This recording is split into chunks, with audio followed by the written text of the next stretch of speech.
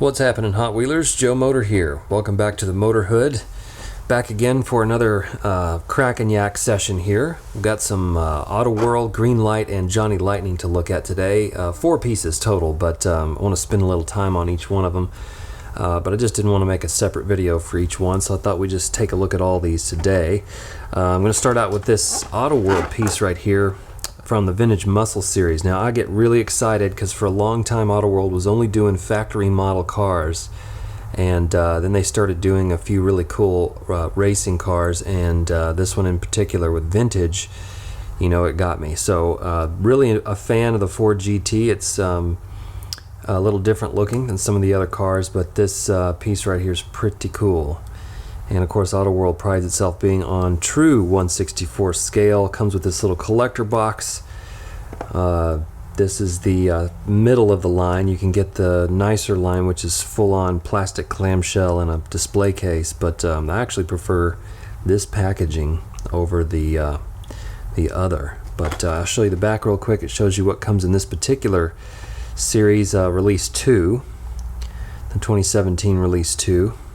So you can take a look at that if you want, and then if you want to pause and read any of this, you're more than welcome to. There's a little ad for their display cases. So Auto World is the same company now as Johnny Lightning and Racing Champions, so they're running all 3 lines, and they're doing some pretty cool stuff in each one. But this one also comes in a Gulf Colors version that I'm certainly on the hunt for, so hopefully we'll grab that and it'll be a little companion for it in the display case. But I'm gonna quit yakking and start cracking here. So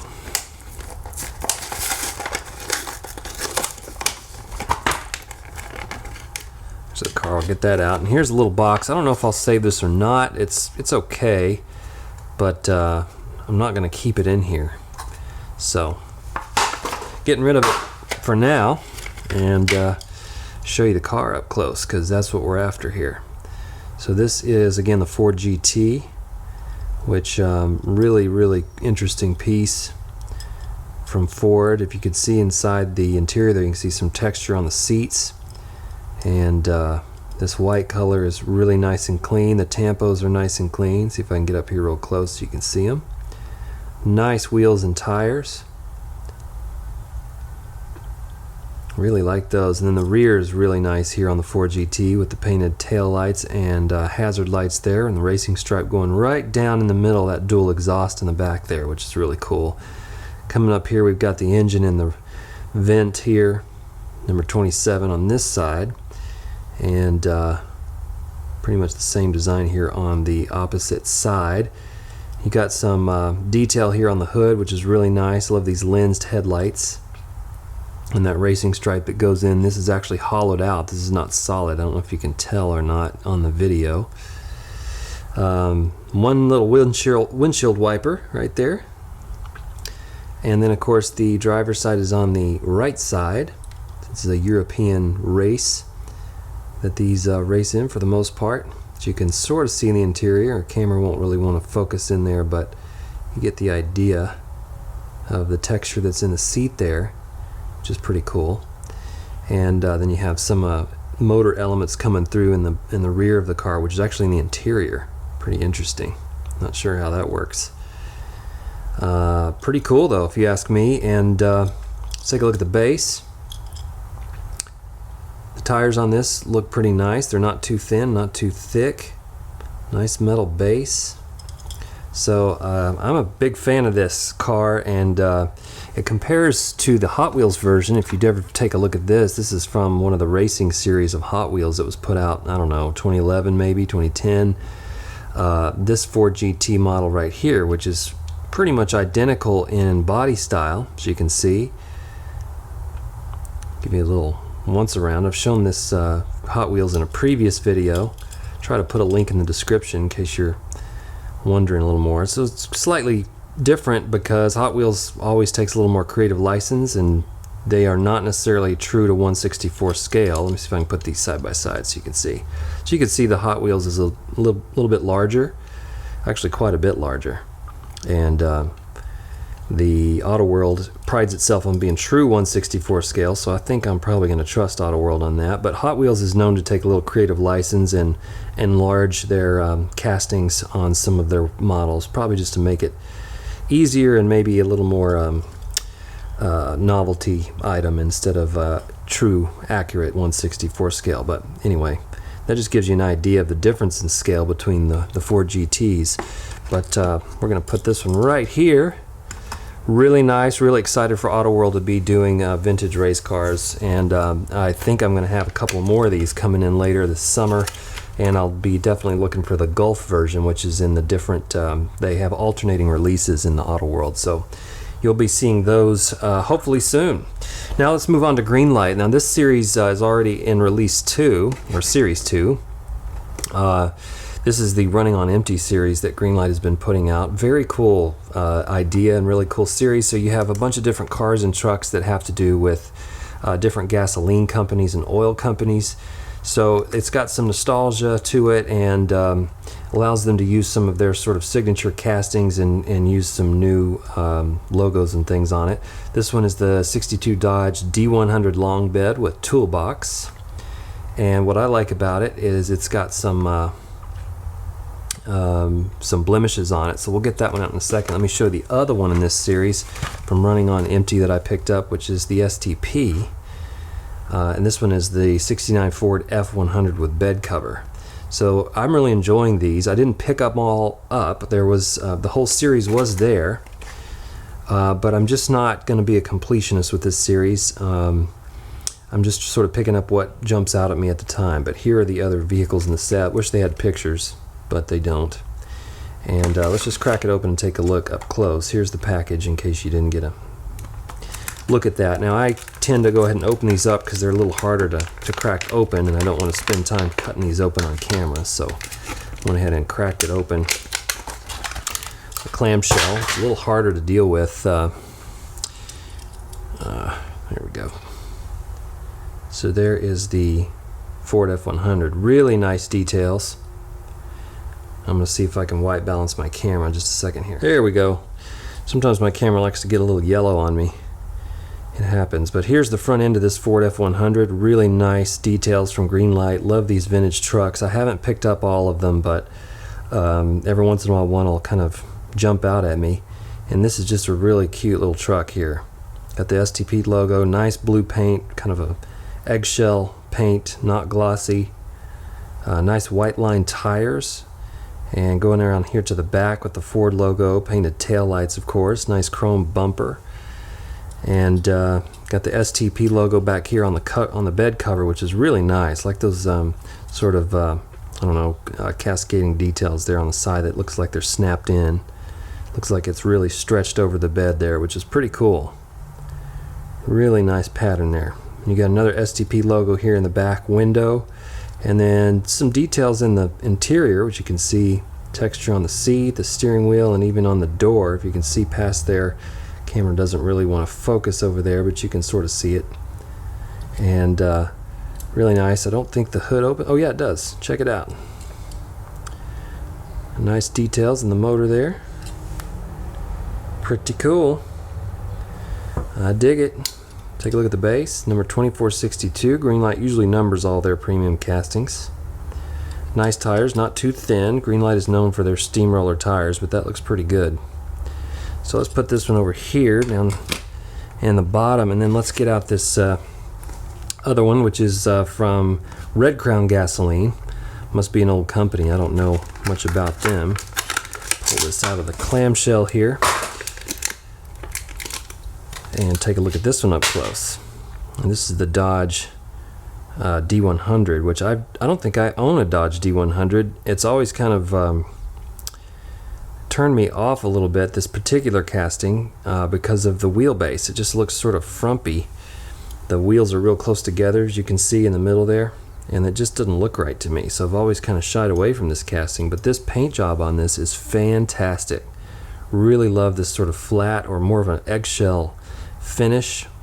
Makes it look really authentic in terms of the paint job. And you see the Red Crown Gasoline, Standard Oil Company, all those tampos on this. It's just really nice. There's the Dodge logo right there. As you can see it right above the front fender. Red crown on the license plate, nice front grille, and this hood should open too. Yep, there we go. Nice detail on the inside there of that engine. Really nice and clean in there. So keep moving around here. Oops, the hood is a little bit messed up, but it's kind of okay because if you notice, look at those wheels. Beautiful, nice, very authentic looking hubs here. Look at the bottom, it's number 290, 62 Dodge D100. These tires are a lot more thick. I'm not sure that they're actually accurate to 1/64 scale. Greenlight's always been known for their sort of steamroller fat tires, so that's probably not real accurate, and that may be why I have an issue with it. I don't know. But what I was going to say is this is a fantastic model because I enjoy the blemishes. Along with vintage racing, I'm really into vehicles that have blemishes and look like they've been worn in a little bit. Greenlight has always done a really good job with this, and these look really great. Love the mud and dirt on the toolbox back here. As you can see, it's got that diamond pattern, which is great, and little rust and paint peel and paint coming off of it. Even on the back here you have some of that detail, which I just think this is fantastic. This is unique stuff that it's hard to mass produce these, and this is what Johnny Lightning was so good at for so long, so it's nice to see some other companies doing this, and Greenlight's been doing a good job at it. So that's a pretty cool truck if you ask me. It reminds me of the Projects in Progress series back here from Johnny Lightning, which was one of my favorites. I've talked about it quite a bit on my channel, which brings me to the next vehicle. Here you go. I cannot tell you how excited I am to see this packaging and the Johnny Lightning Project in Progress back in the line for 2017. This is such a great series. I still don't have all the original ones. I'm still kind of after quite a few of the Projects in Progress, but one of the things I do want to complete is the Project in Progress series, but I also collect other models that are not necessarily Johnny Lightning. You know, Greenlight and some of the other manufacturers have put out cars that are a little bit blemished or look like they're in the state of decomposition or being worked on or whatever, and that's what makes this series so cool. So let me show you this packaging. This is the classic Johnny Lightning Playing Mantis packaging, and this was the dream we had. Like, it was just only like 3 years ago, really, when Johnny Lightning went out of business, and we were all sort of mourning the loss because Tommy had taken it over, and all of the original packaging and some of the great castings and series that Johnny Lightning did just sort of went away. And when Johnny Lightning came back, it was very exciting, but we were seeing a whole lot of just regular castings, and so I was kind of afraid that we weren't going to ever see what made Johnny Lightning so unique in the past. But look at this. This is all back in its full glory, back to the Playing Mantis era of Johnny Lightning, which is, you know, it's just fantastic. So I'll let you sort of look at this if you want, but these are hanging around on the pegs again. So it's good times in the diecast world, if you ask me. So and I hate to open these up just because, you know, it's good to see these again. You don't know if they're going to disappear again, but they are limited edition, one of 1,256, which, you know, there's more super treasure hunts out there, way more than there are of these. So these are quite cool to collect, and you know, I could talk about it and yak about it all afternoon. So let's crack it open. You know me.